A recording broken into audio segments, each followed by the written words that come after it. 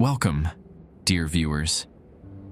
For more exclusive, thrilling stories every week, join our membership. Sit back, relax, and sip your coffee. Enjoy. When we yell "last call," most people order another drink. But the real last call is at 2 a.m. sharp, when my boss rings a small brass bell he keeps under the counter. It's not for the people in the bar. It's for whatever is in the cellar below. Most nights, nothing happens. But sometimes you'll hear a faint scraping sound from under the floorboards, slowly moving toward the front door. You learn to just keep smiling and washing glasses until the sound fades out onto the street. You never lock the doors until you're sure it's gone. My name is Tommy Kowalski, and I've been pouring drinks at the basement on North Wabash for 3 years now. Before that, I was washing dishes at a diner in Bridgeport, trying to make rent on a studio apartment that smelled like boiled cabbage and regret. My old man worked the steel mills until his lungs gave out, and my mother cleaned office buildings downtown until arthritis claimed her hands. I figured bartending beat scrubbing grease off plates for $8 an hour. The job posting was weird from the start. No address listed, just ask for Murphy at the newsstand on Wabash and Huron. The old Italian guy running the stand handed me a business card with nothing but a phone number. When I called, a gravelly voice told me to show up at 11 p.m. sharp, wear black pants and a white shirt, and bring my own corkscrew. I found the place by accident, really. There's a narrow alley between two buildings that looks like a dead end until you notice the red door about 20 feet back. No sign, no windows, just a heavy oak door with brass hinges that probably cost more than my monthly rent. The bouncer was a mountain of a man named Castellano, who looked like he ate nails for breakfast and washed them down with motor oil. Inside, it felt like stepping into 1925. Dark wood paneling, leather booth seating, and Edison bulb fixtures that cast everything in warm amber light. The bar itself was a beauty. Mahogany top, brass rail, and a mirror behind it that reflected the room in a way that made it seem larger than it actually was. Jazz played softly from hidden speakers, and the air tasted of good whiskey and expensive cigars. Murphy turned out to be a thin man in his 60s, with silver hair slicked back and eyes the color of lake water in November. He hired me on the spot after I made him an old-fashioned using the orange peel twist my grandfather taught me. "You start tomorrow," he said, sliding a folded piece of paper across the bar. "Read this tonight. Memorize it. Burn it." That paper contained 7 rules. Simple enough, I thought. Keep the customers happy. Don't water down the premium spirits. And always smile. Standard bartender stuff. I had no idea what I was really signing up for. The rules were written in Murphy's careful handwriting on cream-colored stationery that felt expensive between my fingers. I sat in my kitchen that night, reading them by the light of my desk lamp, while Lake Michigan wind rattled the windows of my Lakeview apartment. Rule 1. Never serve alcohol to anyone wearing white gloves after midnight. Rule 2.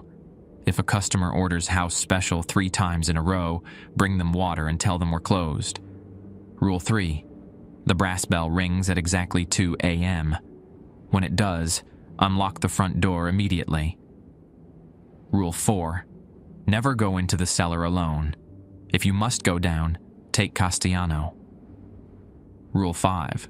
If you hear knocking from below the bar, ignore it completely. Rule 6. Anyone who pays with silver coins gets their drink on the house. Rule 7. Close your eyes if you see someone walking backwards up the cellar stairs. I read them 3 times, trying to find some logic in them.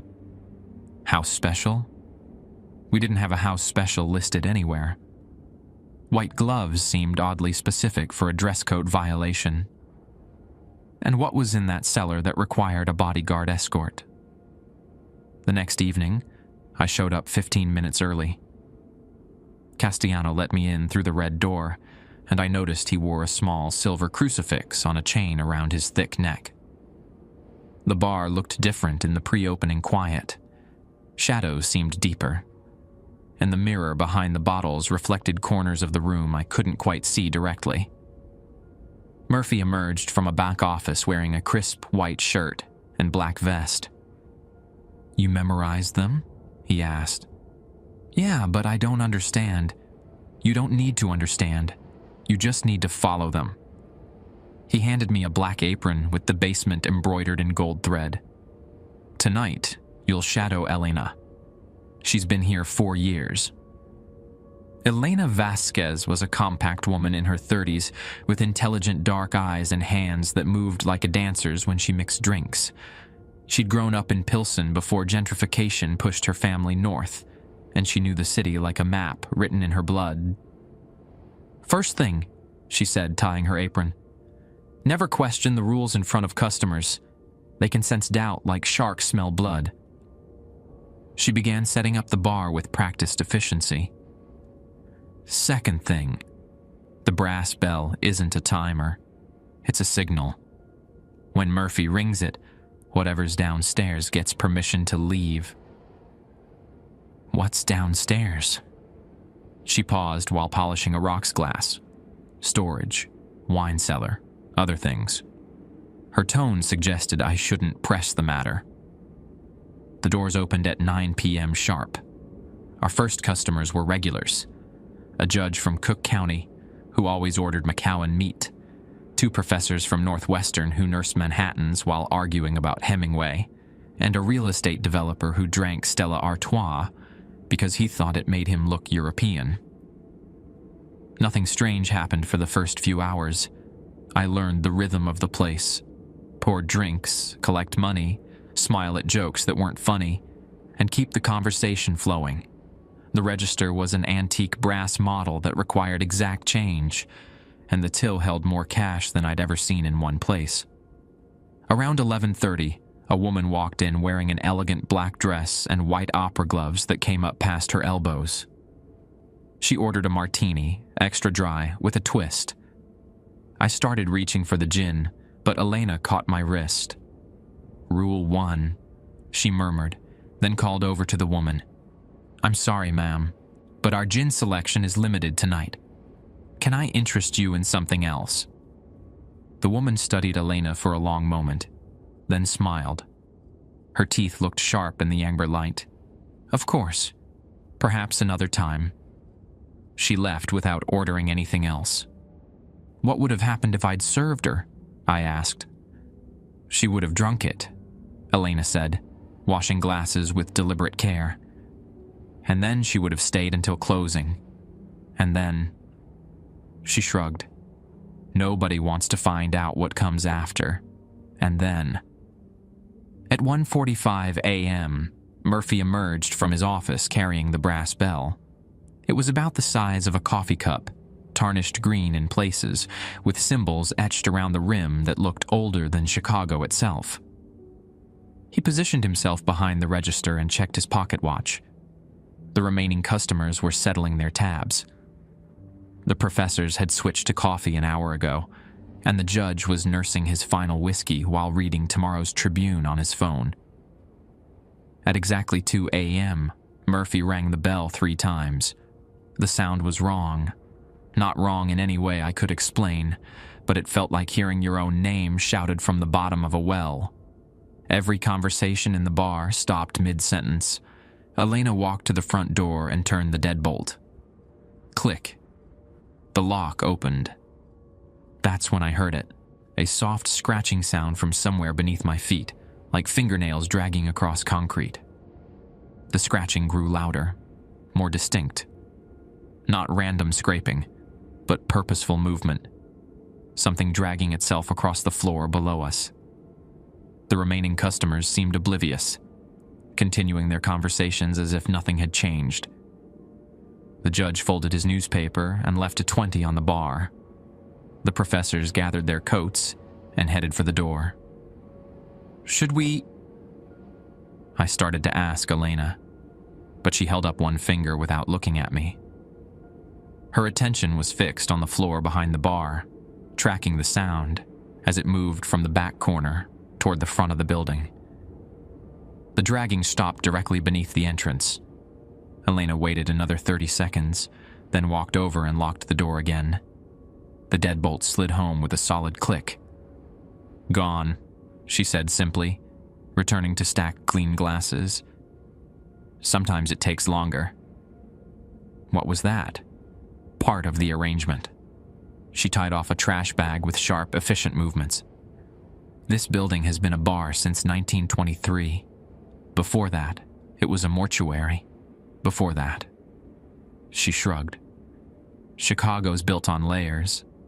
Some of them never really left." I helped her close down the bar, wiping tables and emptying ashtrays while Murphy counted the till. The whole time I kept glancing at the floor, expecting to hear that scratching again. But whatever had been down there was gone, leaving only the usual sounds of an old building settling for the night. The next few weeks passed quietly. I learned the regular customers and their drinking habits. Judge Harrison always arrived at 9:15 and left at 1:30. The professors, Dr. Chen and Dr. Ramirez, came in Tuesdays and Thursdays to continue their endless literary debates. There was Mrs. Kowalski, no relation, despite the name, who ordered sherry and spoke Polish with an accent that reminded me of my grandmother. I started to think the rules were just Murphy's way of keeping staff alert and engaged, weird house traditions that gave the place character. Then came the night that changed everything. It was a Thursday in November, lake wind howling down Wabash like something hungry. We had a good crowd, lawyers celebrating a big settlement, a couple on what looked like a second date, and our usual regulars. Around 10:30, a man in an expensive suit walked in and took a seat at the end of the bar. "What can I get you?" I asked. "House special," he said. I looked at Elima, who was mixing a Negroni for one of the lawyers. She caught my eye and shook her head slightly. "I'm sorry. We don't have a house special tonight. Can I suggest something else?" The man smiled. His skin had a waxy quality under the warm lighting, like old parchment. "House special," he repeated. Elena finished the Negroni and walked over. "Sir, as my colleague mentioned, we're out of our special ingredients tonight. Might I recommend our old-fashioned? We use maple syrup from Wisconsin." House special. Same words, same tone, like a recording. Rule 2. 3 times meant water and closed the conversation. Helena filled a glass with ice water and set it in front of him. "We're closing early tonight due to a private event. I hope you understand." The man looked at the water for a long moment, then picked it up and drank it in one long swallow. When he set the glass down, it crapped straight down the middle. He stood, left a $10 bill on the bar, and walked out without another word. "What the hell was that about?" I asked after the door closed behind him. "Some of them get stuck," Elena said, sweeping the broken glass into a dustpan. "Like a record with a scratch. They can only repeat what they were trying to say when they changed." "Changed how? You really want to know?" I thought about it, watching her dispose of the glass fragments. "Yeah, I do." Elena poured herself a shot of bourbon and knocked it back. The cellar connects to the old tunnel system under downtown. Prohibition tunnels mostly, but some go back further, to the fire, maybe before. She refilled her glass, but didn't drink it. Sometimes things come up. Sometimes they bring people down. Sometimes people come back different. Like that guy? Like that guy? She stared into her bourbon. He used to be a regular. Name was Davidson. Came in every Friday for 2 years, always ordered a Manhattan. Then one night he asked about the cellar. Wanted to see the wine collection. Murphy told him no, but Davidson was drunk and stubborn. He waited until we were busy and slipped downstairs. I felt my stomach tighten. What happened to him? He came back up an hour later, but not all of him. Just the part that remembered how to walk and talk and want drinks. The rest. Elena shrugged. Still down there, probably. The rest of the night passed without incident, but I found myself jumping at every small sound. When Murphy rang the brass bell at 2 a.m., I watched Elena unlock the door and listened for the familiar scratching. Tonight it sounded different. Less dragging, more like footsteps. Light, quick steps that stopped just outside the entrance. A soft knock echoed through the bar. Elena froze, her hand still on the door handle. Murphy looked up from counting money, his face pale. The knocking came again. 3 gentle raps, like someone being polite. "Rule 5, Elena whispered, backing away from the door. But that's from below the bar, not outside. Murphy set down his cash and walked over to peer through the peephole. His jaw tightened. "It's Davidson," he said quietly. "He's asking to come in." The knocking continued, patient and persistent. I could see the door handle turning slightly, testing the lock. "What do we do?" I asked. Murphy checked his pocket watch. "We wait. Sunrise is in 4 hours. He can't stay out there past dawn." We spent the next 20 minutes finishing our closing routine while Davidson knocked intermittently on the door. Sometimes 3 soft raps, sometimes a scratching sound like fingernails on wood. Once I heard what sounded like humming, a tune I almost recognized but couldn't quite place. Finally, the sound stopped. Murphy waited another 10 minutes before looking through the peephole again. "Gone," he announced. He turned to me, his expression serious. "This job isn't for everyone, Tommy. No shame in walking away." I thought about my studio apartment, my dwindling savings account, the stack of bills on my kitchen counter. I thought about Davidson, stuck in some awful loop between human and something else. Then I thought about Elena, who'd been doing this for 4 years, and Murphy, who'd probably seen things that would give me nightmares for decades. "I'm staying," I said. Murphy nodded slowly. "Good, because next week we're going to teach you about the cellar." The following Tuesday, Murphy pulled me aside after we'd finished the dinner rush. "Time for your education," he said, producing a heavy brass key from his vest pocket. "Castellano's waiting downstairs." The cellar entrance was hidden behind a bookshelf, filled with dusty volumes about wine and spirits. Murphy pressed something behind a fake copy of The Joy of Mixology, and the entire unit swung inward on silent hinges. Stone steps descended into darkness, worn smooth by decades of foot traffic. "After you," Murphy said, clicking on a small flashlight. The air below was cool and damp, carrying scents of old wood and something else, something organic and slightly sweet that made my teeth ache. Our footsteps echoed off brick walls as we descended.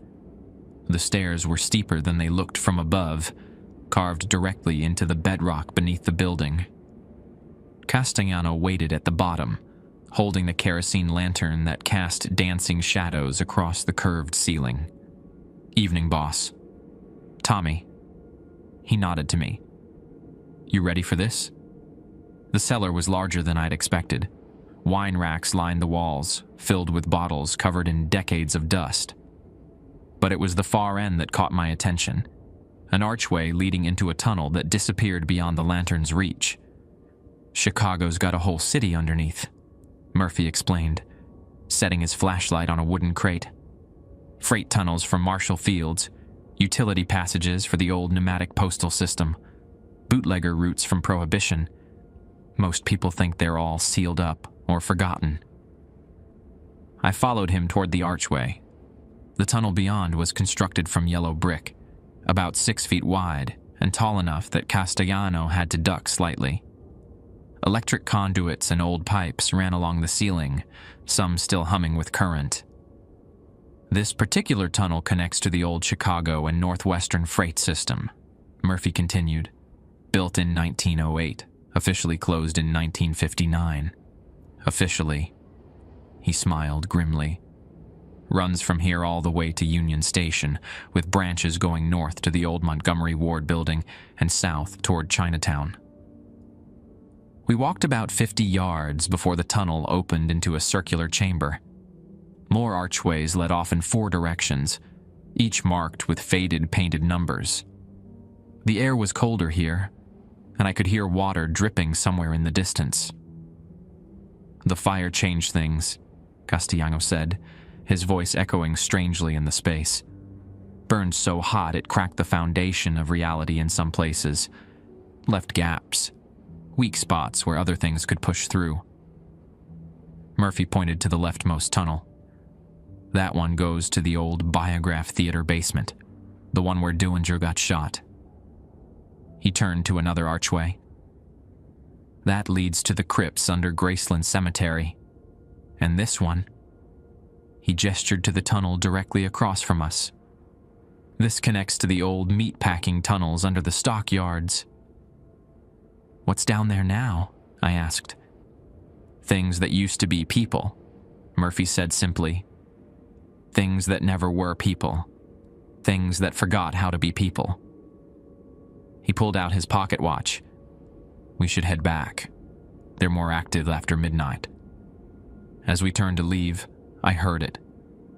A sound like wet cloth dragging across stone, coming from the meatpacking tunnel. Castellano raised his lantern higher, and the sound stopped abruptly. Rule 4, he said quietly. Never come down alone. We climbed back to the bar in silence. Murphy replaced the bookshelf and poured 3 glasses of bourbon while I tried to process what I'd seen. The tunnels felt old in a way that went beyond their actual age, like they'd absorbed something from the city above that had settled into the bricks and mortar. Questions? Murphy asked. Davidson? Where is he really? Probably in the meatpacking section. That's where most of them end up when they... Murphy searched for the right word. Transform. Something about the smell down there draws them. And they can come up here? Only when we ring the bell. It's part of the original agreement. What agreement? Murphy drained his bourbon and set the glass down carefully. When I bought this building in 1987, the previous owner gave me a choice. I could seal up the cellar, put in concrete and steel, try to keep everything below contained. Or I could maintain the arrangement his family had honored for 60 years. Which was? We provide a way out for one night. From 2 a.m. until dawn, the door stays unlocked. In exchange, they leave the customers alone. Most nights, nothing comes up. But sometimes, he gestured vaguely toward the floor. Sometimes they need to walk among the living for a few hours. Elena joined us from the back office, where she'd been doing inventory. It's not as bad as it sounds, she said, overhearing our conversation. They can't hurt anyone. The agreement prevents that. They just remember being human, and they want to feel it again. What about Davidson? He seemed pretty focused on getting inside. Davidson's different, Murphy admitted. He went down there alive. Usually they come from somewhere else. Train accidents in the tunnels, people who got lost in the system during the fire, workers who died building the original passages. They've had time to accept what they are. Davidson still thinks he's fully human. The next few weeks passed quietly. I started recognizing the patterns, which nights would be busy, which regulars tipped well, which conversations to avoid with certain customers. Mrs. Kowalski told me stories about old Chicago and Polish while nursing her sherry. Dr. Chen and Dr. Ramirez had moved on from Hemingway to arguing about Faulkner. Judge Harrison started asking me about law school, apparently impressed with my ability to remember complicated drink orders. Then came the night someone paid with silver. It was a Saturday in early December, snow falling thick enough to muffle the street sounds. A woman I'd never seen before walked in around 11 p.m., mid-40s, wearing a vintage coat that looked like it came from the 1940s. She took a seat at the bar and ordered a sidecar. I mixed the drink carefully, using good cognac and fresh lemon juice. When I set it down, she reached into a small beaded purse and produced 3 silver coins. Not quarters or dollars, actual silver pieces that looked hand-minted, with symbols I couldn't read. Rule 6. Silver coins meant the drink was free. "That's on the house," I said, pushing the coins back across the bar. She looked surprised. "Are you certain?" "Absolutely. House policy." She sipped the sidecar and smiled. "You've got excellent technique. The balance is perfect." We talked while she drank. Her name was Rose, and she'd grown up in Chicago during the war years. She knew the city in a way that only comes from watching it change over decades. Which buildings had replaced which, what businesses had thrived and failed, how the neighborhoods had shifted and evolved.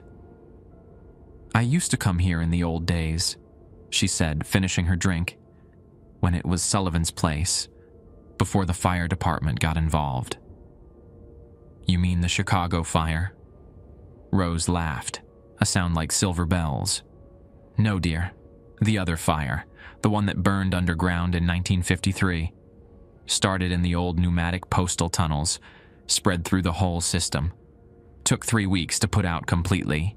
I'd never heard of any underground fire in 1953, but Rose talked about it like common knowledge. She described how the city had to flood entire sections of the tunnel network, how some areas were still sealed off because they never fully cooled down. "That's when the first agreements were made," she continued. "Some folks got trapped down there when the flooding started. City couldn't save them all, so they made alternative arrangements." Rose finished her drink and stood to leave. "Give my regards to Murphy. Tell him Rose Castellano sends her best." "Castellano?" "Like our bouncer." "His grandmother?" She smiled and walked toward the door. Lovely woman. Shame about what happened to her in the tunnels. After Rose left, I found Castellano in the back office, reading a paperback Western novel. "Hey, someone named Rose Castellano stopped by. Said to give you her regards." The book slipped from his hands and hit the floor. "Rosa Castellano?" "Old woman, fancy coat, silver coins." "Yeah. Said she was your grandmother?" Castellano was quiet for a long moment. "My grandmother died in 1953, he said finally. Trapped in the pneumatic tunnels when they flooded them to stop the fire. They never found her body." I felt my stomach drop. "She paid with silver coins." "Yeah," Castellano said, picking up his book. "She always does." The encounter with Rose Castellano left me rattled for days. I found myself studying every customer who walked through our red door, wondering what their real story might be. The elderly man who always ordered rye whiskey meat. Was he actually elderly, or just wearing the shape of age? The young couple who came in Thursday nights for martinis. Did they cast reflections in our antique mirror behind the bar? Elena noticed my newfound paranoia. "You're overthinking it," she said during a quiet Monday evening. "Most of our customers are exactly what they appear to be. Living people who want good drinks and conversation. But how do you tell the difference? Experience. And the rules help." She polished a wine glass with practiced strokes. "The living follow social patterns. They complain about the weather, tip poorly when they're stressed, check their phones constantly, The others, they're too perfect, too focused on seeming human. As if summoned by our conversation, the front door opened and Davidson walked in. This time, he looked different. His expensive suit was wrinkled and stained, his hair uncombed. But his eyes were the most unsettling change. They were too bright, like polished glass reflecting light from somewhere else. "How special," he said, taking his usual seat at the end of the bar. I glanced at Elena, who was already filling the glass with ice water. "We're fresh out of special ingredients tonight," I said, setting the water in front of him. Davidson stared at the glass for a long moment, then looked directly at me. "You went downstairs." It wasn't a question. The words hit me like cold water, and I realized he could somehow sense where I'd been. "How special," he repeated, but his voice carried an edge now, like static on an old radio. Elena appeared beside me. "Sir, I'm going to have to ask you to leave. We're expecting a private party tonight."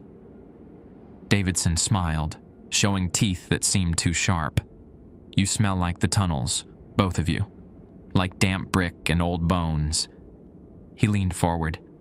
"Like the meat-packing district." Before either of us could respond, a loud knocking echoed from beneath the bar. Not the gentle scratching we were used to, but insistent pounding that seemed to shake the entire building. Rule 5. Ignore knocking from below. Elena grabbed my arm and squeezed hard, a warning to stay calm. The knocking continued, growing louder and more frantic. Several customers looked around nervously, but Elena simply raised her voice and asked if anyone needed fresh drinks. Davidson tilted his head, listening to the knocking with obvious pleasure. "They know you've been down there," he said. "They want to meet you properly." The pounding stopped abruptly, replaced by a new sound, footsteps on the cellar stairs. Slow, careful steps climbing toward the bar level. "Elena," I whispered, but she was already moving. She walked calmly to the bookshelf, and I heard the soft click of a lock engaging. The hidden entrance was now sealed. Davidson laughed, a sound like breaking glass. "That won't stop them for long. They're very eager to see Tommy." Judge Harrison stood up from his usual table, clearly uncomfortable with Davidson's behavior. "Is there a problem here?" "No problem at all," Elena said smoothly. "Just a customer who's had a few too many. Castellano will help him to a cab." As if sensing his name, Castellano emerged from the back room. He took one look at Davidson and reached for something under his jacket. Not a weapon, but a small leather pouch that smelled like herbs and old incense. Davidson's confident expression wavered. "You can't keep them down there forever," he said, standing abruptly. "The agreement only covers certain hours, and Tommy has been invited below." "The hell I have," I said. "Oh, but you have." Davidson's smile returned. "Every time you listen to them knocking, you accept the invitation a little more. Every time you walk above their tunnels, you leave a trail they can follow. And now..." He gestured toward the floor. "Now they know your scent." Castellano approached slowly, the herb pouch held openly in his palm. Davidson backed toward the door, his movements becoming jerky and strange, like a marionette being operated by an amateur. "Tell Murphy the meat packers are getting restless," Davidson said as he reached the entrance. "Tell him the old agreements might need renegotiation." He left, and the temperature in the bar seemed to rise 10 degrees. "What did he mean about being invited?" I asked Elena once we'd finished serving the remaining customers. "When you go down into the tunnels, you leave traces of yourself behind. Scent, warmth, the electromagnetic field of your heart beating. For most people, it fades quickly, but some of us..." She poured herself a shot of whiskey. "Some of us resonate with what's down there, like tuning forks. And that's bad. It means they can find you outside of this place, follow you home, visit your dreams. Elena drained her glass. It means you're becoming connected to their world. That night, Murphy rang the brass bell at 2 a.m. as usual. When Elena unlocked the door, we heard the familiar scratching beneath the floorboards. But this time, it was accompanied by something new. A soft tapping on the bookshelf that concealed the cellar entrance. Tap, tap, tap. 3 measured knocks, like someone asking politely to be let in. "That's new," Elena said quietly. Murphy checked his pocket watch. Davidson's influence. He's teaching them new behaviors. The tapping continued for 20 minutes before finally stopping. When we were sure it was safe, Murphy opened the bookshelf and peered down the stairs. Cool air drifted up from below, carrying that sweet, organic smell I remembered from my first trip to the cellar.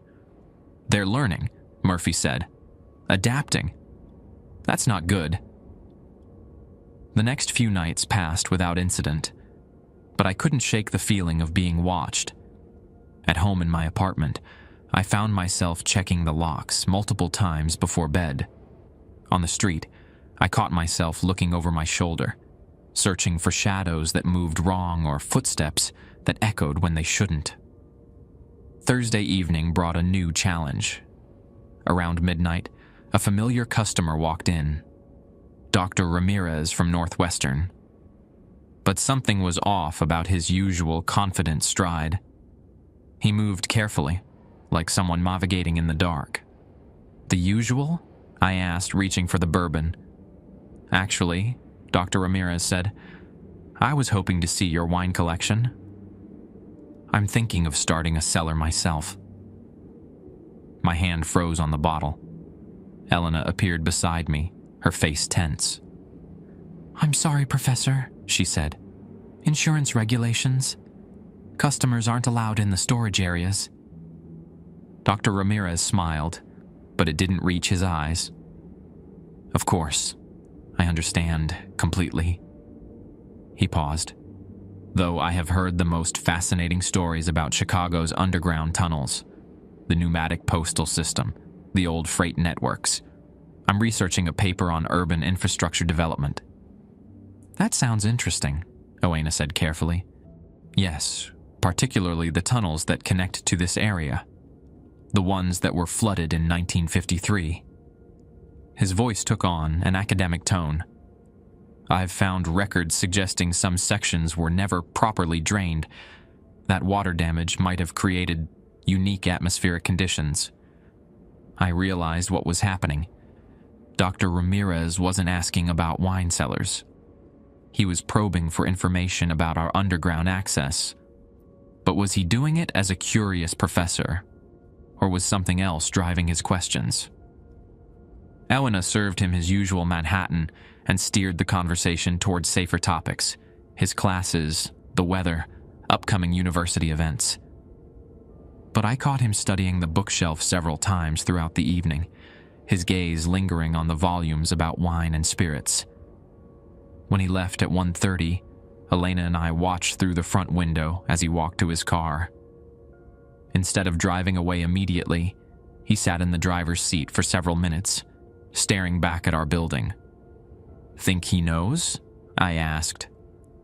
"I think," Elena said slowly, "we need to be more careful about who we trust." 3 days later, I discovered Dr. Ramirez hadn't been lying about his research. Elena found a Northwestern University library database entry he'd created. Subsurface infrastructure and social displacement in post-fire Chicago, 1871 to 1960. The abstract mentioned unexplored tunnel networks and atmospheric anomalies in basement establishments. "He's mapping us," Elena said, showing me the printout. "Academic cover for investigating places like ours." Murphy studied the paper with growing concern. "If he publishes anything about the tunnels, We'll have urban explorers, paranormal investigators, city officials asking questions we can't answer. What do? We wait, Murphy said, and we watch. And if he comes back asking the wrong questions. He left the sentence hanging. That Saturday night, the bar was busier than usual. A bachelor party had discovered us somehow. 6 guys from the suburbs drinking expensive whiskey and talking too loudly about their upcoming Vegas trip. They were harmless enough, just obnoxious in the way drunk suburbanites always are in the city. Around 11 p.m., Dr. Ramirez walked in. He nodded to Elena and me, then took his usual seat at the far end of the bar. But tonight he brought a leather satchel, and I could see the corner of a notebook poking out. "Evening, Professor," Elena said, mixing his Manhattan. "How's the research going?" "Quite well, actually. I've uncovered some fascinating historical documents." He opened the notebook, and I caught a glimpse of hand-drawn maps, building schematics, and what looked like old newspaper clippings. "Did you know this building was connected to the Chicago tunnel system during Prohibition?" Elena set his drink down without responding directly. "The city has a lot of history." "Indeed, though some of it seems to have been deliberately obscured." Dr. Ramirez sipped his Manhattan and studied the bookshelf behind us. "I found references to several basement establishments that were never properly documented, places that served as waypoints." One of the bachelor party guys stumbled over, drunk and belligerent. "Hey, Professor, you look like you know stuff. Tell my buddy here that Chicago pizza is better than New York pizza." Dr. Ramirez smiled politely. "I'm afraid culinary preferences are outside my area of expertise." "Come on, don't be a snob. Have a shot with us." The drunk guy grabbed Dr. Ramirez's arm. "We're celebrating Jimmy getting married." "I appreciate the invitation, but I'm here to work." The drunk guy's friends called him back to their table, but not before he knocked over Dr. Ramirez's satchel. Papers scattered across the floor, and Elena and I both moved to help collect them. That's when I saw the photographs. Black and white images of tunnel entrances, basement doors, and building facades. One showed our red door from the alley. Another captured the bookshelf behind our bar, taken with a telephoto lens through our front window. But the most disturbing was a photograph of the circular chamber beneath our building, the intersection where 4 tunnels met. "Professor," Elena said carefully, handing him the photos. "Where did you get these?" Dr. Ramirez gathered his papers quickly, his academic composure cracking slightly. Various sources, historical archives, private collections. He avoided meeting our eyes. "I should go. Early morning tomorrow." He left his Manhattan half-finished and hurried out. Through the window, we watched him sit in his car again, this time making notes in his notebook while staring at our building. "He's been in the tunnels," I said. Elena nodded grimly. "Question is, how did he get down there without going through our cellar?" Murphy emerged from his office, having overheard our conversation.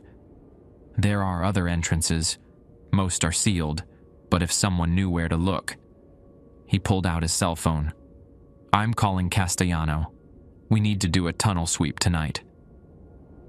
An hour later, after the bachelor party had stumbled out into the December cold, Murphy locked the front door and gathered Elena, Castellano, and me around the bar. Dr. Ramirez has been photographing the tunnel system for at least 2 weeks. That means he's either incredibly lucky or incredibly stupid. "Or he's being guided," Castellano added. His grandmother's silver coins lay on the bar in front of him, 3 of them arranged in a triangle. "Rose visited me last night. Said there's been movement in the deeper sections, things stirring that should be staying put." Murphy opened the bookshelf entrance, and we descended into the cellar with flashlights and kerosene lanterns. The wine racks cast strange shadows, and our footsteps echoed louder than usual in the stone chamber. At the tunnel intersection, we split up. Murphy and Castellano took the route toward Union Station, while Elena and I headed toward the old meat-packing district. The tunnel felt different tonight, warmer than usual, and that sweet, organic smell was stronger. "Stay close," Elena warned, "and remember Rule 7. We walked for about 10 minutes before finding the first sign of intrusion. Fresh footprints in the tunnel dust, size 11 dress shoes heading deeper into the meatpacking section. Dr. Ramirez had definitely been here. The tunnel curved left, then opened into a larger chamber I hadn't seen before. Old meat hooks hung from the ceiling, rusted brown with age. Drainage channels ran along the floor, dark stains marking where blood and water had once flowed. The smell here was overwhelming. Decay and sweetness mixed with something that made my sinuses burn. Elena raised her lantern higher and we saw them. 3 figures stood at the far end of the chamber, motionless as mannequins. They wore clothes from different eras. A woman in a 1940s dress, a man in coveralls that looked like they belonged to the 1920s, and something in a modern business suit that might once have been Davidson. "Don't move," Elena whispered. "Don't speak. Just watch." The figures began to shift and sway, like kelp in a gentle current. Their movements were synchronized, hypnotic. After a few minutes, they started walking, not toward us, but in a slow circle around the chamber. Their feet made no sound on the concrete floor. That's when I realized what Elena had been trying to warn me about. They were walking backwards. Rule 7. Close your eyes if you see someone walking backwards up the cellar stairs. This wasn't the cellar stairs, but the principle seemed to apply. I squeezed my eyes shut and heard Elena do the same beside me. In the darkness behind my eyelids, I could hear their movement continuing. The soft whisper of fabric, the barely perceptible displacement of air. But then I heard something else. Footsteps. Real footsteps, with weight and sound coming from the tunnel behind us. "Elena," I whispered, my eyes still closed. "I hear it." The footsteps got closer, accompanied by the scratch of pencil on paper and the occasional mutter of someone taking notes. Dr. Ramirez was down here, right now, probably photographing everything. "Professor," Elena called out, her eyes still closed. "Dr. Ramirez, you need to leave immediately." The footsteps stopped. Then, "Elena, what are you doing down here?" "Documenting the gas leak. The whole area needs to be evacuated." Elena's voice was steady, professional. "Follow the sound of my voice and walk back the way you came." "But this is incredible. The preservation of the original meatpacking infrastructure is remarkable. And these formations..." Dr. Ramirez's voice was filled with academic excitement. "They almost look like people." The soft whisper of movement in the chamber stopped abruptly. "Professor," Elena said, urgency creeping into her tone, "close your eyes and walk toward my voice. Right now." Close my eyes, but I need to document. A new sound filled the chamber, low humming, like an electrical transformer, but organic somehow. The 3 figures had stopped their circular walk and were standing still again. But now the humming was coming from them. "Oh my God," Dr. Ramirez said softly. They're looking at me." "Close your eyes," Elena shouted. But it was too late. I heard Dr. Ramirez drop his notebook, heard his camera clatter to the floor. The humming grew louder, more complex, like a chorus of voices that had forgotten how to form words. "What are they?" Dr. Ramirez asked, his voice thick with wonder and terror. "What are they trying to tell me?" Elena grabbed my arm. "We have to get him out of here." I opened my eyes and immediately regretted it. The three figures had moved closer, forming a semicircle around Dr. Ramirez. He stood frozen in their center, staring at them with obvious fascination. His notebook lay open at his feet, pages fluttering, though there was no wind in the chamber. The woman in the 1940s dress reached out toward Dr. Ramirez with fingers that seemed too long. Her touch passed right through him. But where her hand went, his clothing began to change. His modern jacket and tie were shifting, becoming older, more formal. His hair was darkening, his face becoming younger. "Professor!" I shouted. "Don't let them touch you." Dr. Ramirez blinked as if waking from a trance. He looked down at his changing clothes, then at us. "Help me," he said simply. Elena was already moving, pulling a small iron cross from her pocket. Not religious protection, but cold iron, which had other properties entirely. She threw it at the woman in the 1940s dress, and where it struck her, she dissolved like smoke. The other two figures turned toward us with movements that hurt to watch, joints bending in ways that defied anatomy, heads rotating further than necks should allow. But they didn't approach.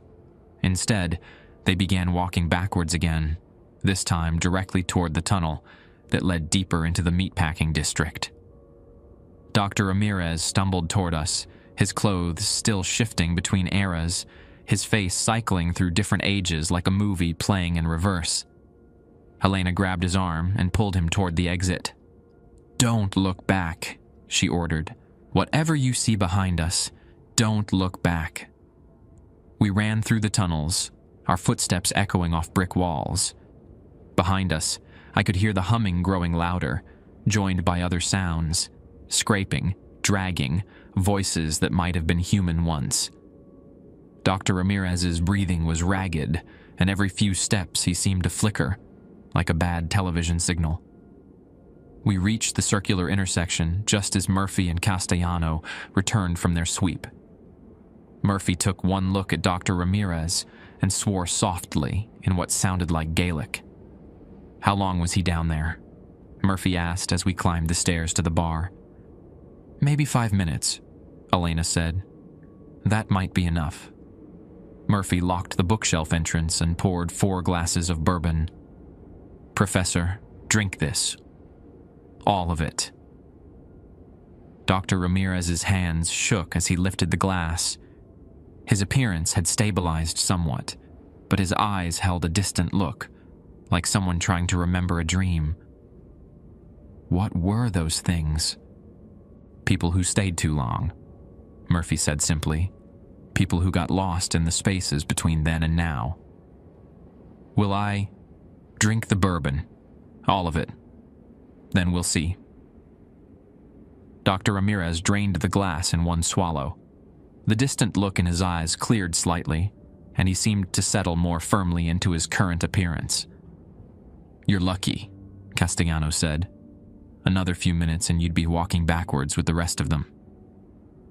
Dr. Ramirez sat quietly for a long moment, processing what had happened. Then he reached into his pocket and pulled out a digital camera, placing it on the bar. "I delete everything," he said. "The photographs, the research, the academic paper, all of it." Murphy nodded. "That would be wise. But I need to know, what is this place really?" Murphy poured himself a bourbon and considered the question. "It's a door," he said finally. "One of several in the city. Places where the past and present get tangled up. Where people who couldn't let go of life ended up getting stuck between states. Our job is to keep that door from opening too wide." Dr. Ramirez deleted the photos from his camera and handed it to Murphy, who removed the memory card and tossed it into a small metal trash can. Castellano produced a lighter and set the card on fire. "This never happened," Dr. Ramirez said. "What never happened?" Elena asked with a slight smile. Dr. Ramirez finished his bourbon and stood to leave. At the door, he paused. "I won't be coming back. But thank you for getting me out of there." After he left, we sat in the quiet bar, processing what had occurred. Murphy rang the brass bell at 2 a.m. as usual, but when Elena unlocked the door, we heard nothing from below. No scratching, no footsteps, no humming. "They're sated," Murphy explained. "They almost had a new recruit tonight. That'll keep them quiet for a while." But as I cleaned glasses and prepared to close down for the night, I couldn't shake the feeling that something fundamental had changed. Dr. Ramirez had seen too much, learned too much. And even though he'd agreed to forget, I wondered if that was really possible. Some knowledge once gained can never be completely erased. The weeks following Dr. Ramirez's encounter brought an uneasy peace to the basement. He kept his word. No more research papers, no more pointed questions about Chicago's tunnel system. When he returned for his usual Thursday drinks, he stuck to discussing literature and university politics, carefully avoiding any mention of underground infrastructure. But something had changed in me during that night in the meatpacking chamber. I started noticing things I'd missed before. The way certain customers' reflections appeared slightly delayed in our antique mirror. How some conversations seemed to echo longer than they should in the bar's acoustic space. The fact that Mrs. Kowalski's Polish stories often mentioned people and places that shouldn't have existed in her lifetime. Elena noticed my growing awareness. "You're becoming more sensitive," she said during the quiet Tuesday evening. "It happens to some people who spend time near the tunnels, like developing night vision, except it's for things that exist in the spaces between normal and strange." "Is that good or bad?" "Depends on how you handle it." She wiped down the bar with practiced motions. "Some people learn to use it, become better at spotting trouble before it escalates. Others get overwhelmed and end up like Davidson, stuck between worlds." As if summoned by his name, Davidson appeared at our front door. But instead of trying to enter, he simply stood outside, pressing his face against the glass, like a child at a candy store window. His breath fogged the surface, and when it cleared, words appeared in the condensation. "Soon." "He's getting stronger," Murphy observed, watching from behind the register. "More coherent. That's not good." Castellano approached the door with his herb pouch, but Davidson stepped back into the alley shadows before any confrontation could occur. The word "soon" remained on the glass for several minutes before finally fading. "What does he want?" I asked. "To finish what he started," Murphy said. "When Davidson went into the tunnels, he disrupted something. Created an imbalance. The things down there want to correct that imbalance, and they think Tommy might be the key." "Why me?" "Because you've been down there twice now. Because you helped rescue Dr. Ramirez from transformation. Because you're developing this sensitivity." Murphy poured himself a small whiskey. "To them, you're the bridge between their world and ours." That night, we had an unusual customer. A young woman walked in around 10 p.m., wearing a vintage dress that looked like it belonged in the 1950s. She had dark hair pinned in victory rolls and carried a small purse that matched her shoes perfectly. Everything about her screamed period costume, except for the fact that the fabric showed real wear, not the artificial aging of reproduction clothing. She ordered a Brandy Alexander, which nobody under 60 had ordered in my entire time at the basement. I mixed it carefully, using good cognac and fresh cream. When I set it down, she smiled and said, "Perfect. Just like Jerry used to make them." "Jerry?" "The bartender who worked here in the 50s. Lovely man. Shame about what happened to him." She sipped her drink appreciatively. "He's still down there, you know, in the tunnels. still making drinks for customers who never left. Elena appeared beside me, her attention focused on the woman. "And you are?" "Dorothy. Dorothy Hennessy. I worked at the Biograph Theater until the renovation." She gestured vaguely toward the north. "Used to come here after late shows to unwind. That was before the tunnel flooding, of course. 1953, the year Rose Castellano had mentioned, when the pneumatic postal system caught fire and the city flooded the tunnels to contain the blaze. You look remarkably well preserved for someone from the 50s, Elena said carefully. Dorothy laughed, a sound like breaking crystal. Time moves differently when you're between places. Some of us age, some of us don't. Some of us cycle through different ages depending on how we're feeling. She finished her brandy Alexander and placed exact change on the bar, including the 1952 quarter that looked freshly minted. "Tell Tommy I said hello," Dorothy added, looking directly at me. "We've been talking about him downstairs. Such potential." She left before I could ask what she meant. Elena collected the coins, noting their dates with growing concern. "She's from the Biograph tunnel," Elena explained. "The one Murphy mentioned that connects to the old theater basement. If she's making contact with you specifically." She trailed off, then reached under the bar for something I'd never seen before. A small silver flask engraved with symbols that hurt to look at directly. "What's that?" "Insurance." Elena unscrewed the cap and poured a few drops of clear liquid into a shot glass. "Drink this. All of it." The liquid tasted like metal and electricity, leaving my mouth numb and my vision slightly blurred. But within moments, I felt different. More grounded. Less susceptible to the pull I hadn't even realized I'd been feeling toward the floor beneath our feet. What was that? Holy water mixed with iron filings and salt from the Dead Sea. Old recipe Castellano's grandmother taught us. Elena capped the flask and put it away. "It'll help anchor you to this reality for a while. Make it harder for them to draw you down." The next few nights passed quietly, but I could feel something building. The scratching sounds from below lasted longer each evening. The brass bell's tone seemed to resonate differently, carrying harmonics that made my teeth ache. And customers started mentioning dreams, vivid dreams about wandering through tunnels, following voices that called their names. Judge Harrison confided that he'd been having recurring nightmares about getting lost in the courthouse basement, finding corridors that shouldn't exist.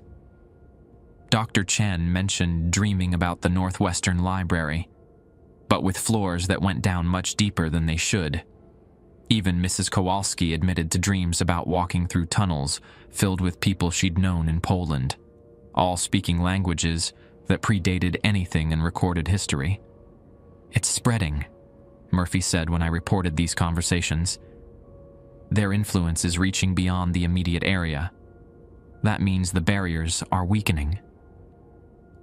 Thursday night brought our biggest test yet. Around midnight, every customer in the bar stopped talking simultaneously.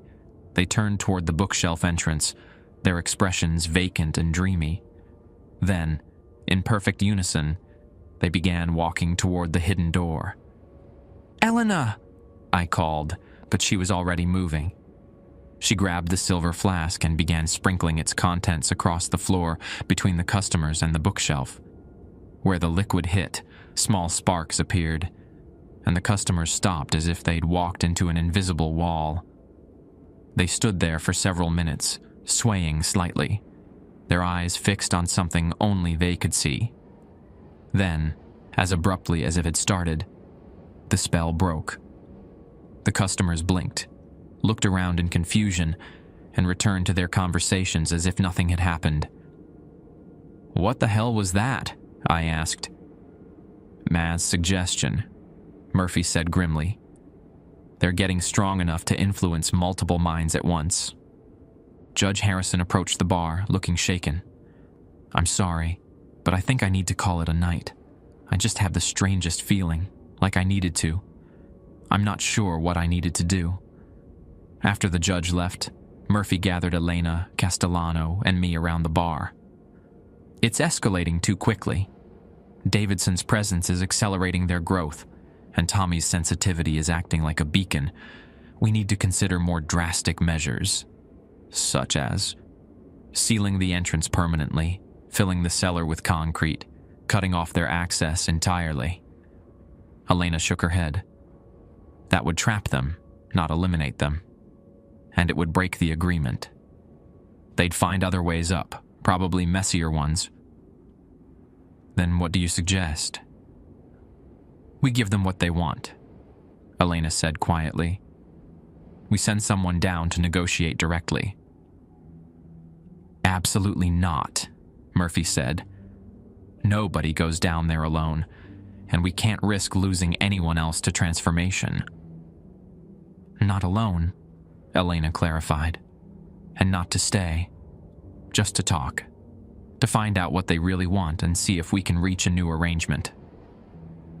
Who would go? Elena looked at me. Tommy. They're already calling to him. He's developing the sensitivity, and he's the one they seem most interested in. I felt my stomach drop. You want me to go down there and chat with the things that tried to transform Dr. Ramirez? With protection, with backup, with a time limit and safety measures. Elena's expression was serious, but calm. It's either that or wait for them to get strong enough to come up here en masse. Murphy considered this for a long moment.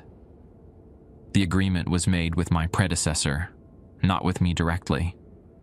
Maybe it's time for a new generation to renegotiate the terms. What would I even say to them? Ask them what they want, Elena said. Ask them why Davidson is causing problems. Ask them if there's a way to maintain the balance without escalating the supernatural incidents. Castellano had been quiet during this conversation, but now he spoke up. My grandmother says the meatpackers are restless because someone promised them something that hasn't been delivered. Maybe Davidson made them a deal he couldn't keep.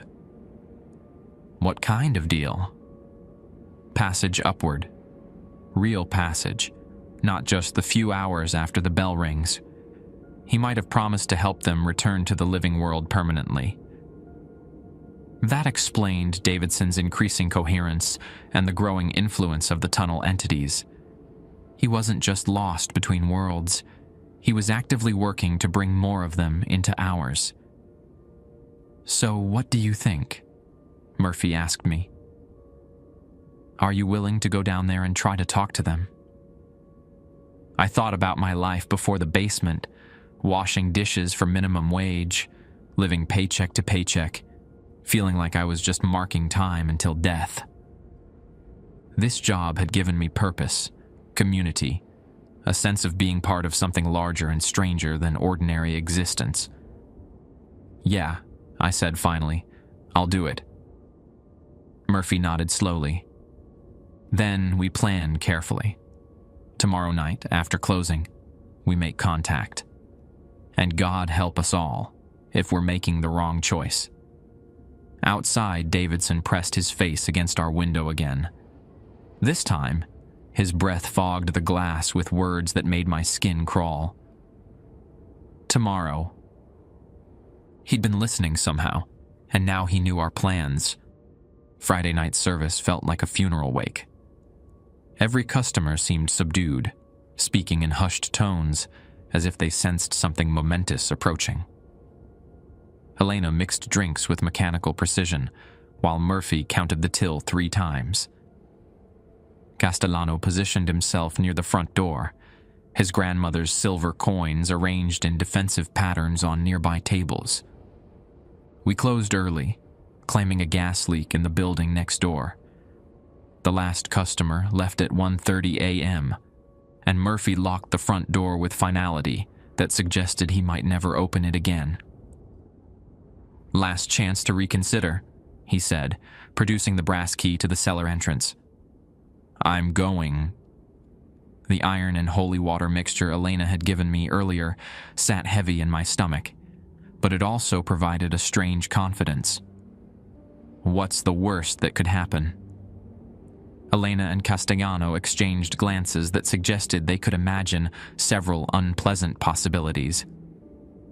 Murphy opened the bookshelf, revealing the stone steps descending into darkness. But tonight, warm air flowed upward instead of the usual cool draft, carrying scents of copper and something organic that reminded me of overripe fruit. "Remember the rules," Elena said, handing me a small leather pouch similar to Castellano's herb collection. "Don't accept anything they offer you. Don't agree to stay longer than 30 minutes.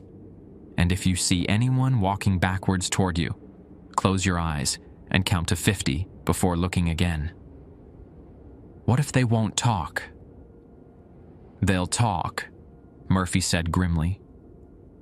"The question is whether you'll like what they have to say." I descended the stone steps with a kerosene lantern in one hand and Elena's protective pouch in the other. My footsteps echoed differently tonight. Not the sharp click of shoe leather on stone, but a muffled sound, as if the stairs themselves had changed material. The wine cellar was empty, bottles covered in decades of dust standing undisturbed in their racks. But the air here was warmer still, and I could hear something from beyond the tunnel entrance. Not quite music, not quite conversation, but a rhythmic sound, like many voices speaking in careful coordination. At the circular intersection, I paused. 4 tunnels stretched away into darkness, each leading to different sections of Chicago's underground network. The sound was coming from the meatpacking district tunnel, where Dr. Ramirez had his encounter with the transformed figures. I took a deep breath and headed toward the source of the voices. The tunnel seemed longer tonight, stretching further than I remembered. My lantern's light reflected off damp brick walls, creating moving shadows that suggested movement where none should exist. The rhythmic voices grew louder as I walked, resolving into something that might have been singing, if singing could be done by throats that had forgotten how breathing worked. The meatpacking chamber had been transformed. The old hooks and drainage channels were still there, but now they were occupied. Dozens of figures hung from the ceiling fixtures, not by ropes or chains, but suspended in midair as if gravity had released its hold on them. They swayed gently in unison, their mouths moving in synchronized patterns that produced the haunting vocal rhythm I'd been hearing. At the center of the chamber stood Davidson, but he looked more coherent than I'd seen him since his transformation. His expensive suit was clean and pressed, his hair perfectly combed. Only his eyes betrayed his true nature. They held depths that suggested he was looking at things far beyond the immediate chamber. "Tommy," he said, his voice carrying harmonics that resonated in my chest cavity. "So good of you to accept our invitation." "I didn't accept anything. I came to talk." "Of course you did." Davidson gestured to the suspended figures. "We've been preparing for this conversation. Allow me to introduce my colleagues." The hanging figures rotated slowly to face me, and I recognized several of them. The woman in the 1940s dress from our previous encounter. A man in coveralls who might have been a worker from the tunnel construction era. Dorothy Hennessy, still wearing her vintage dress, but now suspended 3 feet off the ground, like a grim Christmas ornament. "What do you want?" I asked, fighting to keep my voice steady. "Freedom," Davidson said simply. "The agreement your employer inherited was made under different circumstances. 1987 was a different time. The city above has changed, grown, evolved. We want to evolve with it." "You mean you want to come upstairs permanently?" "We want to exist fully in both worlds. No more hiding in tunnels. No more brief visits after midnight bells. We want to walk among the living as equals." One of the suspended figures, a young man in a uniform that looked like it belonged to a train conductor, began to descend slowly until his feet touched the chamber floor. "I died in a tunnel collapse in 1943, he said, his voice carrying the same strange harmonics as Davidson's. "I've been waiting 80 years for someone to acknowledge that I still have a right to exist." "We're not opposed to existence," I said carefully, "but the current arrangement keeps things balanced. Nobody gets hurt. You get your brief visits to the surface. Everyone coexists peacefully." Davidson laughed, a sound like wind chimes made of bone. "Peaceful? Tommy, we're dying down here, not the death of the body. We're past that. We're experiencing the death of relevance, of memory, of connection to the world we once knew. Each year, fewer people remember us. Each decade, the city above changes in ways that make us more foreign, more removed from human experience." The woman in the 1940s dress floated down to join the conductor. "I worked at Montgomery Ward," she said, "sold dresses and jewelry to women who wanted to look beautiful for their husbands coming home from the war.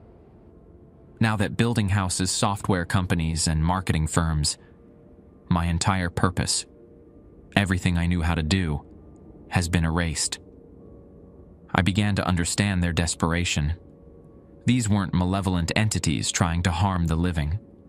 They were people who'd become trapped between life and death, watching the world move on without them, slowly losing their connections to everything that had once made them human. "But forcing your way into the living world won't solve that," I argued. "It'll just create chaos. The mass suggestion incident, making all our customers walk toward the cellar, that's not coexistence, that's invasion." "That was a demonstration," Davidson said. "We wanted to show you our growing capabilities. But you're right, it's not sustainable. We need a different approach." Dorothy Hennessy drifted down from her suspension point. "We've been discussing alternatives," she said. "Ways to maintain our connection to the living world without disrupting the natural order." "Such as?" "Employment," the conductor said. "Meaningful work that bridges our two states of existence. We want to help Murphy run the basement properly, serve customers who might benefit from our unique perspectives." I thought about Rose Castellano, who'd paid with silver coins and brought comfort to her grandson. About the judge and professors who'd been having dreams about the tunnels. Maybe those weren't invasive nightmares, but attempts at communication. "You want to work at the bar." "Some of us," Davidson clarified. "Those who still remember how to interact with the living in constructive ways. We could provide services you can't.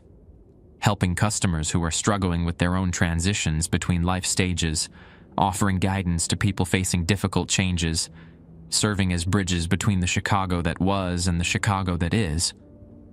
It was an intriguing proposal, but I could see the dangers. "How do we know you won't try to transform more people, or influence customers the way you did during the mass suggestion incident?"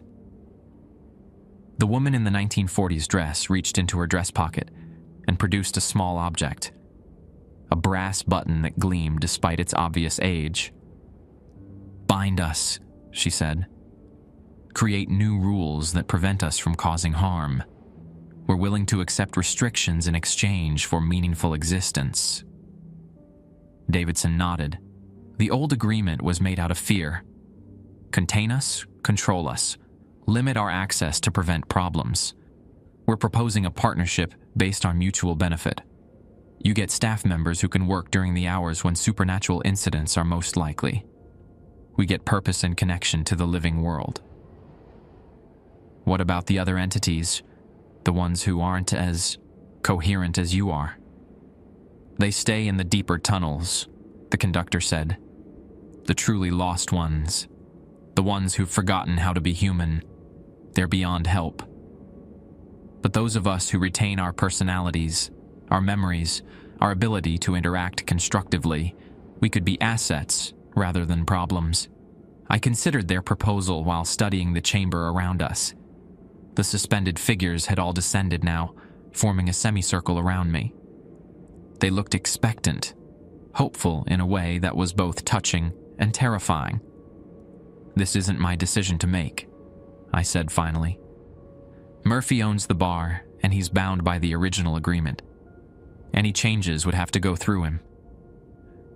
"But you could advocate for us," Dorothy said.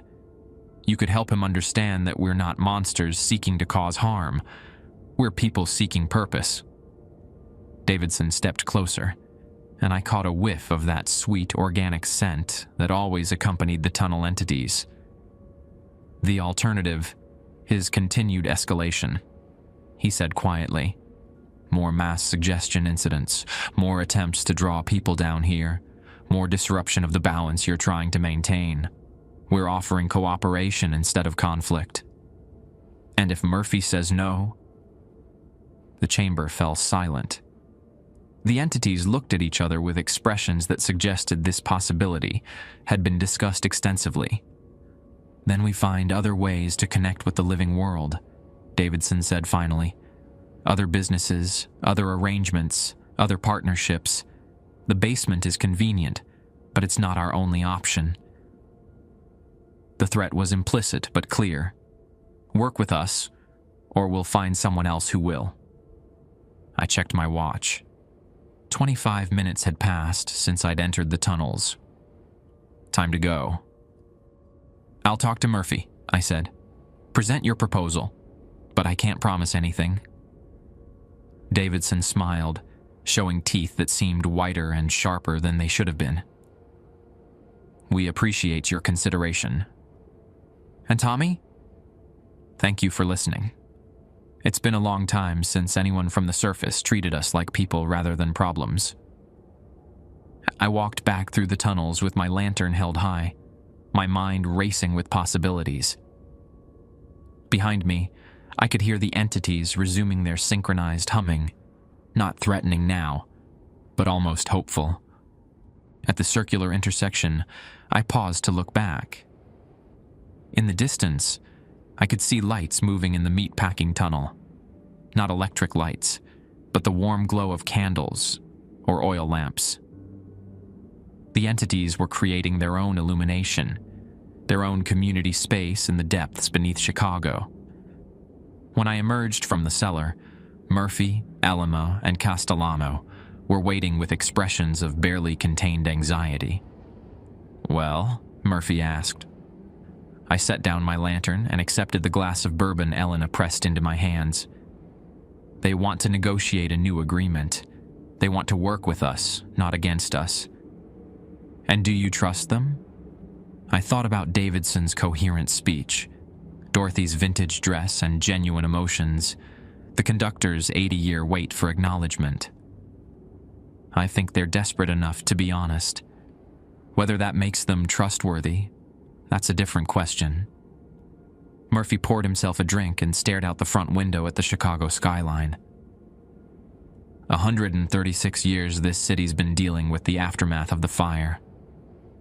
Maybe it's time for a new approach. Outside, Davidson appeared at our window one more time.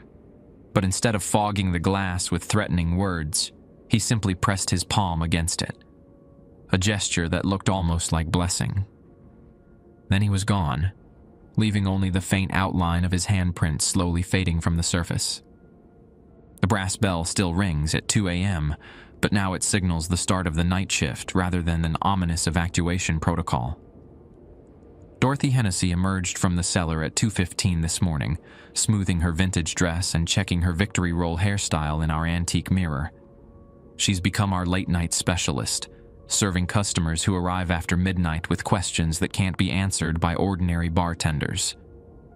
"Table 6 needs assistance," she told me, gesturing toward a young woman who'd been nursing the same martini for an hour while staring at divorce papers. She's deciding whether to sign those documents or give her marriage another chance. I watched Dorothy approach the table with practiced grace, her movements fluid despite her ethereal nature. Within minutes, the customer was talking openly about her fears, her hopes, her uncertainty about the future. Dorothy listened with the patience of someone who'd had decades to perfect the art of human compassion. Murphy's new agreement took 6 weeks to negotiate. We had to involve Castellano's grandmother Rose, who acted as mediator between the living and the transformed. The final terms were surprisingly practical. 5 entities would work rotating shifts at the basement, specializing in helping customers navigate life transitions, relationship difficulties, and career changes. In exchange, they agreed to binding restrictions that prevented them from influencing minds, attempting transformations, or drawing people into the tunnel system. The conductor, who goes by William now, works Tuesday and Wednesday nights. His expertise involves helping people who feel stuck in routines, trapped by circumstances, or paralyzed by fear of change. Judge Harrison has become one of his regular consultations, working through his anxiety about retirement. Elena trains the new staff members, teaching them contemporary social conventions and modern bartending techniques. They're fast learners, she told me yesterday, while showing Dorothy how to operate our new espresso machine. When you've been watching the world change for 80 years, you develop excellent adaptive skills. The woman in the 1940s dress chose the name Margaret. She specializes in helping customers deal with loss, lost loves, lost opportunities, lost faith in themselves. Dr. Chin has started requesting her specifically when he comes in, processing his father's recent death through conversations that somehow feel both therapeutic and natural. Davidson proved the most challenging to integrate. His transformation had left him more connected to the tunnel system than the others, making it difficult for him to maintain coherent human behavior for extended periods. But he found his niche working with customers who struggle with addiction, depression, or suicidal thoughts. His experience being trapped between states of existence gives him unique insight into helping people who feel similarly stuck. The 5th entity changes periodically. Sometimes it's a construction worker from the 1920s who helps customers dealing with career transitions. Other nights, it's a woman who died during the 1918 flu pandemic and specializes in helping people cope with health anxiety. The variety keeps our late-night services fresh and responsive to different customer needs. Business has improved dramatically. Word spread through Chicago's underground networks, not the tunnel system, but the informal communities of people seeking unconventional solutions to conventional problems. We now serve therapists, social workers, clergy members, and medical professionals who refer clients needing the kind of guidance that exists in the spaces between traditional counseling and spiritual direction. Mrs. Kowalski still comes in for her sherry, but now she enjoys conversing in Polish with whatever entity worked the night shift. They remember the old country, she told me, not just the places, but the feeling of belonging somewhere that no longer exists. The scratching sounds from below have stopped entirely. The deeper tunnels remain sealed, housing entities too far gone for integration. But the ones who retained their humanity have found purpose serving customers who need their particular type of wisdom. I've been promoted to day manager, overseeing both living and transformed staff numbers. The iron and holy water mixture is no longer necessary. The binding agreement provides adequate protection, and familiarity has bred comfort rather than contempt.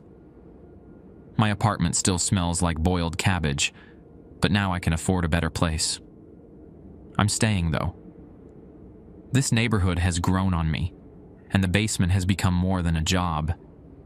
It's a bridge between Chicago's past and present, between the living and the transformed, between ordinary problems and extraordinary solutions.